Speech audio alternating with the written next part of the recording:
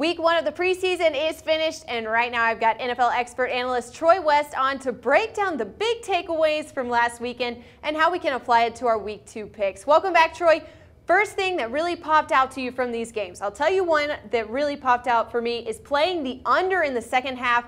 Teams that didn't score in the second half last week. It was the Jets, Dolphins, Patriots, Giants, Rams, Niners, and Cowboys. That's 7 teams that laid a goose egg in the second half.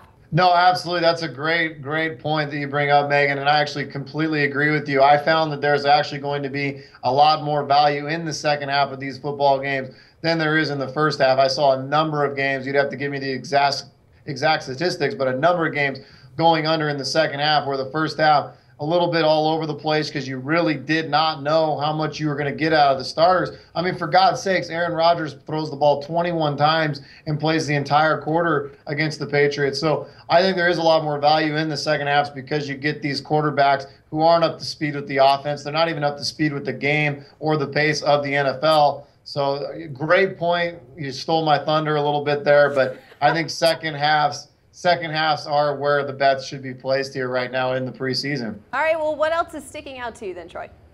Well, moving into this week for week 2, you got to go back and look at some of the injuries. Obviously, I'm out here from Seattle. You had their second-string quarterback, Tavares Jackson, go down. They signed a guy named Jake Waters just today. It'll be interesting to see where he fits in. R.J. Archer was brutal against the Denver Broncos, so if Wilson doesn't get a lot of snaps, you're getting 2 guys with almost zero experience to quarterback that Seahawks team. And I think you need to look at other teams as well. The Dallas Cowboys are a team that are really, really hesitant to play just about anybody. So there was a lot of value in not only the under, but the Chargers in that game. But just evaluating rosters right now, a lot of teams are making a lot of last-minute changes. Like I said, you got to be cautious. I'll be the first to admit, we lost on that New England-Green Bay game. Had I had known Aaron Rodgers was going to throw the ball 21 times, probably would have stayed the hell away from that. So be cautious when you're playing these overall games because you don't really know what's going through the mind of these head coaches. Are they wanting to play guys a numerous amount of minutes?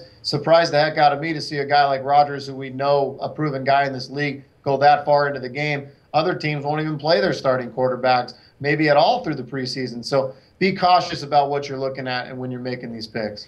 All right, and the Vikings did do extremely well in their first matchup, but now they're going to play the Oakland Raiders, and I just love Amari Cooper. He seems to be, from what we've seen, of course this is entirely too early to say, but he seems like the kind of player everyone's expecting him to be. Do you think they're the biggest dogs on the board this week, Oakland, that is, at +5? Do you think they can close in on that number and cover?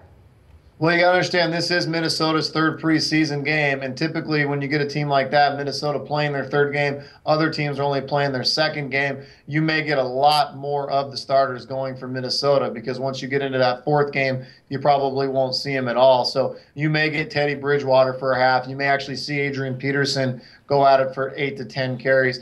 So I do think Oakland is a team on the rise, and I thought they looked really, really good. I thought Amari Cooper looked outstanding in his first start. I thought the guy, I didn't even realize he's only 6'1". He looks like he's 6'4", 240 with the size out there. They looked really good. Oakland looked outstanding against the Rams. But you got to remember, 3rd game for Minnesota, they've looked good. They've actually looked like they have a little bit of depth. So I'd be a little bit hesitant only because it is Minnesota's 3rd preseason game.